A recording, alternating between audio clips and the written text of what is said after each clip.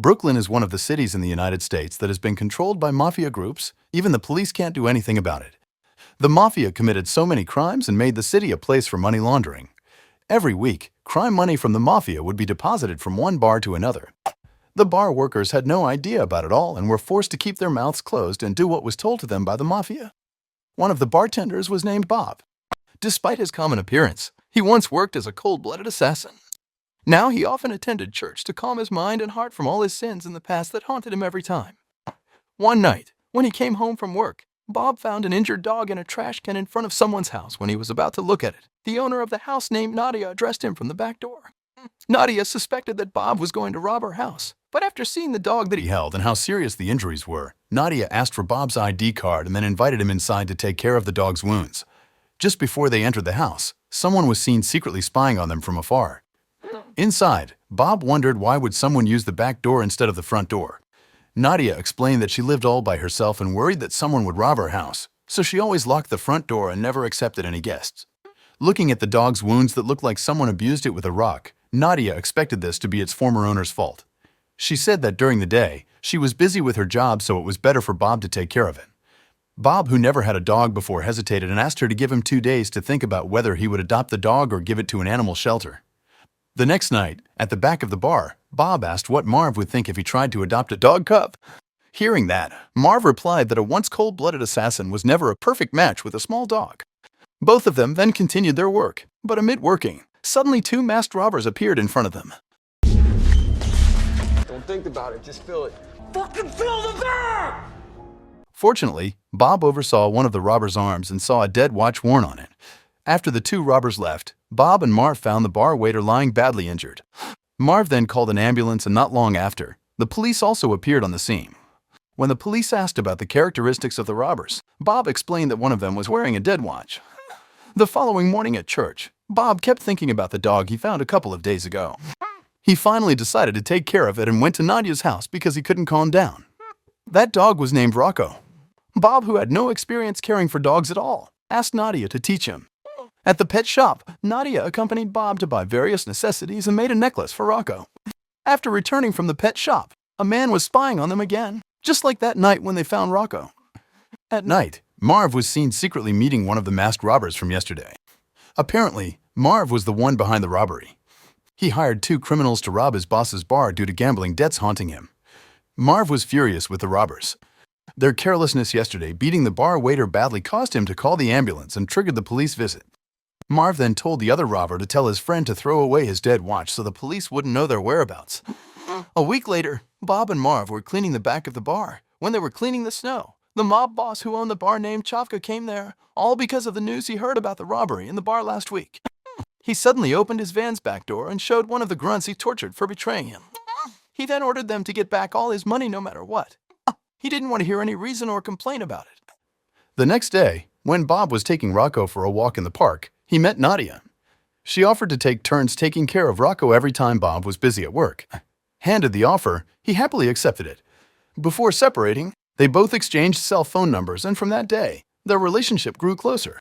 Nadia often took the time to have lunch together and accompany Bob for a walk with Rocco almost every day. But that afternoon, after Nadia came home, a mysterious man that was spying on them finally appeared and greeted Bob, and the man was Eric. He looked at him cynically while complimenting his dog, saying it was very cute, then immediately left. After returning home, suddenly someone knocked on Bob's door. Turned out the person knocking was Eric. Out of the blue, he said that Rocco was his dog. He even had Rocco's adoption certificate. He threatened that if Bob did not want to be reported to the police for kidnapping Rocco, he had to pay the sum of $10,000 within a week. Before leaving, Eric took Bob's umbrella while threatening that he could take Rocco whenever he wanted, just like what he did to the umbrella if Bob could not provide the money he asked for before next week. The next afternoon, when Bob and Marv were cleaning the trash, there was a suspicious plastic bag hanging on the fence. When checked, they were both shocked to see that the bag was filled with the same amount of money from the robbery last week and the dismembered hand of one of the robbers, complete with the dead watch on it. Confused, Marv ordered Bob to immediately get rid of the dismembered hand before the police found out. Inside, Bob looked confident dealing with such things a common person would not dare to deal with. Because of his background of being a former cold-blooded assassin, he didn't show any slightest hesitation to wrap the dismembered hand in plastic. Just when he finished, Eric suddenly came to the bar and asked for something to drink, but Marv immediately kicked him out, saying the bar wasn't open yet. Luckily, Eric didn't see what Bob was doing in the back. After that, Marv told Bob to dump it in the harbor. He brought Rocco to avoid suspicion. In the harbor, he checked around just to be safe and dumped the cut hand immediately when no one saw. Just when the hand drowned, the police who handled the bar robbery case days ago passed by and greeted him. Without the slightest suspicion, the policeman asked if Bob knows a man named Eric. Just now, Eric was imprisoned for murdering people at the bar where Bob worked, but unfortunately, he had to be released because the police lacked evidence. Getting no evidence, the police continued his investigation to another place. That night, Marv was seen meeting one of the robbers who was still alive. Marv offered a job to rob the bar again, but the robber refused. He didn't want to have a tragic death like his friend, without him knowing was murdered by Marv because he was afraid of Chavka's threat. Marv then explained that this time, he had an idea to escape without Chavka finding out. But even though Marv had persuaded him, he still refused. Eventually, Marv had to kill him because he had heard of all the robbery plans to keep the plan secret and avoid leaking information. After making sure that there were no witnesses, Marv ran away.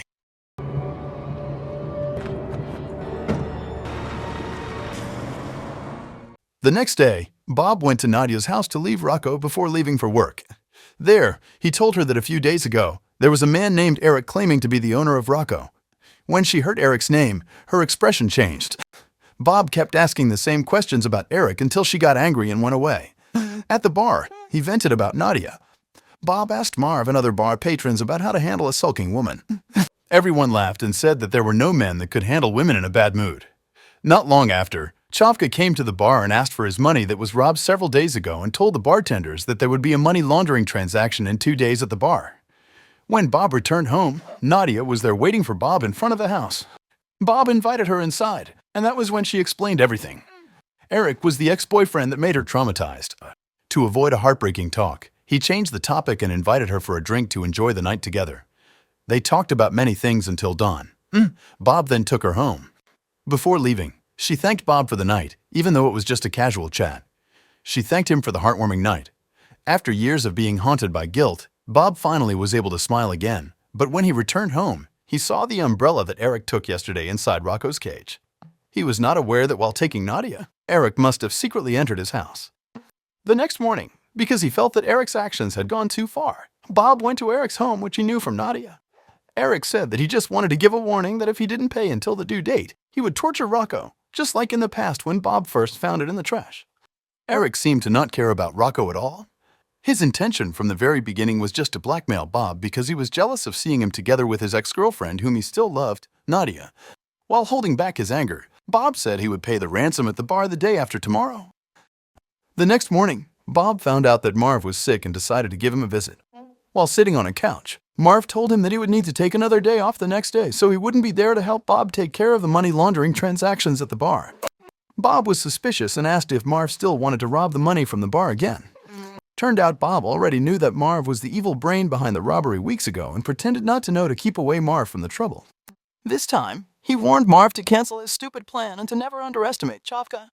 It was lucky for him to get away from trouble before, but nobody knew what would happen to him next. No one can survive Chavka's pursuit. Unfortunately, even though Marv has been warned, he seemed to not care about it at all. During the day, Marv met Eric, who was eating at the restaurant. Knowing that Eric had been in prison before, Marv offered him a job to help him rob his boss's bar tomorrow at 2 p.m. They would definitely be rich if they succeeded. Hearing the tempting offer, Eric agreed with it without any hesitation.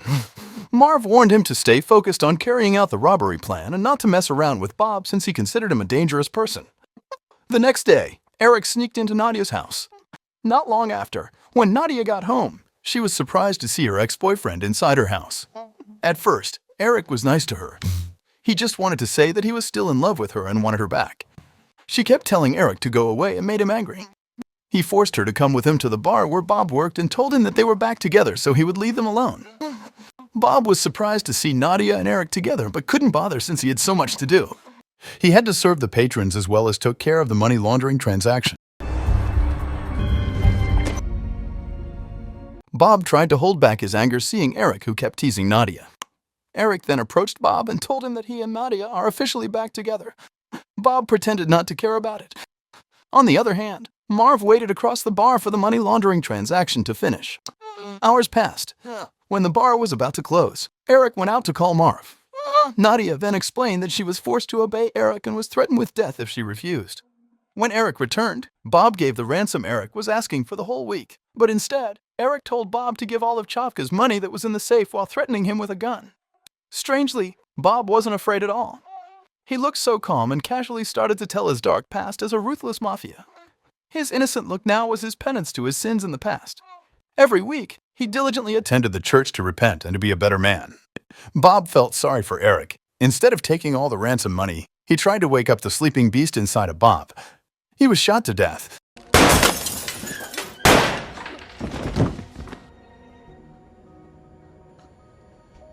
Seeing the man that she loved killed someone right in front of her eyes, Nadia was shocked. Bob tried to explain everything and asked her to go home. Turned out, Chavka already knew Marv's robbery plan all this time and asked one of his lads to kill Marv while waiting for Eric to come out of the bar. The man shot Marv on the spot. And I'll pay you a ticket to After cleaning up Eric's dead body, Bob contemplated all he had done. Since the shooting incident, Bob had never seen Nadia again. Even though Chavka had completely promoted Bob as the manager of the bar to replace Marv, it didn't make him happy. Every time he washed his hands, he felt the guilt crawling inside him, hurting his heart even more. One day, he couldn't hold his feeling any longer.